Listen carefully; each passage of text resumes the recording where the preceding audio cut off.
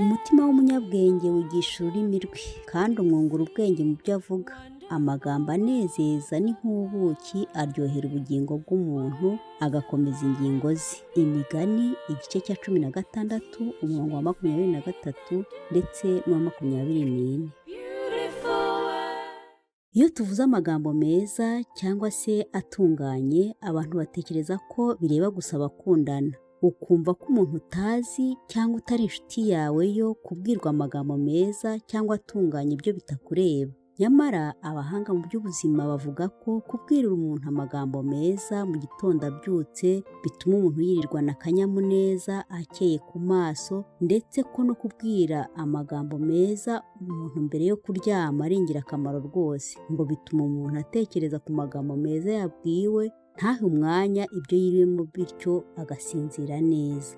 Ngira ngo ni nayo mpamvu abakristo bo babyuka babumbura Bibiliya zabo kugira ngo barebe ko bagwa ku ijambo rihumuriza imitima yabo.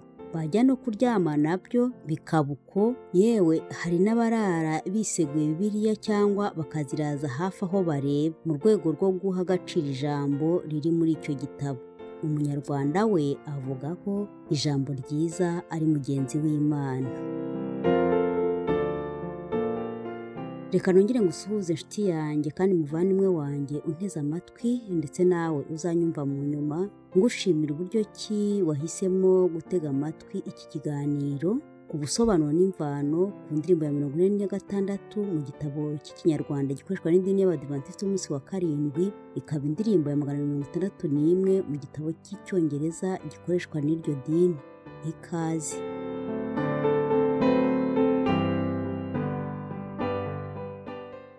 Uyu munsi turerekeza muri Pennsylvania, aho mu gihugu cya Leta zunze ubumwe za Amerika, aho dusanga inkuru y'umugabo witwa Philip Paul Bliss wavutse ku wa 9 ukwezi kwa karindwi mu 1838. Nkisomye iyi nkuru ya Philipo byanteye gutekereza ku bantu mwese mutarerewe mu miryango yanyu, abantu mwabaye mu miryango itandukanye mutavukamo, yewe ntanirengagije abantu baba mu bihugu bitandukanye bitari gakondo zabo. Ariko kandi nsabira n'imigisha abantu biyemeje kwakira cyangwa se kurera umuntu mu miryango yabo, nubwo ari ibintu biba bitoroshye. Tutitaye ku buryo wahabaye muri uwo muryango rero, ntekereza ko nawe uko byari bimeze kose cyangwa se uko bimeze kose, iyi nkuru ikwibutsa guhora uringanirizwa amagambo atunganye. Ubyumvise neza, burya kuba iw'abandi ugomba kugira uko ugenda, ukagira uko uvuga, muri make ugomba kwitwararika. Mu gitabo umugereka w'indirimbo z'Abadivantisiti b'umunsi wa karindwi mu rurimi rw'icyongereza kuri paje yaho ya 316 ndetse na 317 tuhasanga amateka y'uwahimbye indirimbo Jyuhor Undinganirije. Iyi ndirimbo abantu bakunda kuyita amagambo atunganye. Yahimbwe na Philip Paul Bliss ndetse ahimba n'ijwi ryayo mu 1874. Amateka tubwira ko uyu Philip Bliss yavukiye mu muryango w'abahinzi kandi nawe yarimenyereje gukora imirimo yo mu mirima. Ku myaka ya 12 nibwo yinjiye mu itorero ry'Ababatisita, ari naho yakiriye Yesu Kristo nk'umwami n'umukiza we, yigishwa iby'indirimbo n'uwitwa Tauna. Mbere yuko ngira byinshi mvuga kuri iyi ndirimbo, reka ngusomere amagambo ayigize maze twinjire mu ndirimbo tuyizi neza. Iyi ndirimbo igizwe n'ibice bitatu. Icya mbere kiragira kiti Jyuhor Undinganirije amagambo atunganye, umpugure menye ukuri kw'amagambo yawe, nkunda amagambo yawe kwampa kukwizigira. Hanyuma igice cya kabiri kiragira kiti Kristo aheta abantu bose amagambo atunganye, nimwitabe banyabyaha mwumve iby'ubugingo, abayobozi tuza n'amagambo atunganye. Hanyuma igice cya nyuma ari nacyo cya gatatu kiragira kiti menyesha bose ubutumwa n'amagambo atunganye, nimuze mubabarirwe mwumve iby'ubugingo, Yesu niwe mukiza utwongera ubugingo. Hanyuma inyikirizo iragira iti amagambo meza cyane antera ibyishimo byinshi, niyo meza ndayakunda ntabwo atanezeza.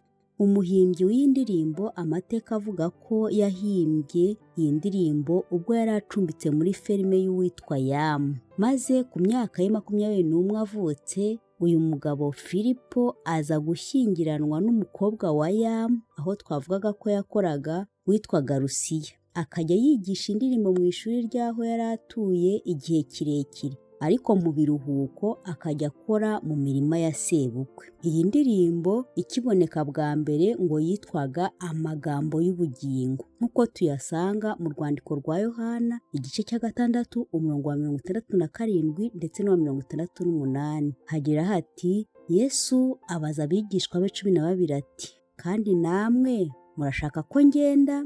Simoni Petero aramusubiza ati, Databuja, twajya kuri nde ko ari wowe ufite amagambo y'ubugingo buhoraho? Mu mwaka w'1864 Philip yohereje aya magambo y'indirimbo ya 46 abantu babiri mu icapiro ryo muri Chicago. Mu kubohereza aya magambo yabasabaga kumukorera umwirongi cyangwa se injyana. Babonye ari inyandiko yuzuye ubwenge n'ubuhanga, bamutumyeho bamuha akazi muri iryo capiro, aho yashinzwe kuyobora ibitaramo by'indirimbo, aho yabikoze imyaka 4. Hanyuma indi myaka 4 ikurikiyeho yagiye gukorana n'umubwirizabutumwa wari mu majoro icyo gihe, akajya aririmba wenyine kandi aba n'umuyobozi w'indirimbo. Bayoboye amateraniro mu turere twinshi dutandukanye muri Leta zunze ubumwe za Amerika tutabashije kurondora. Uyu Philip yahimbye indirimbo nyinshi ziboneka mu gitabo cya Sanke, dukunda kumuvuga, ndetse na Muri, ndetse no mu bitabo byanditswe na Rusiya ariwe mugore we.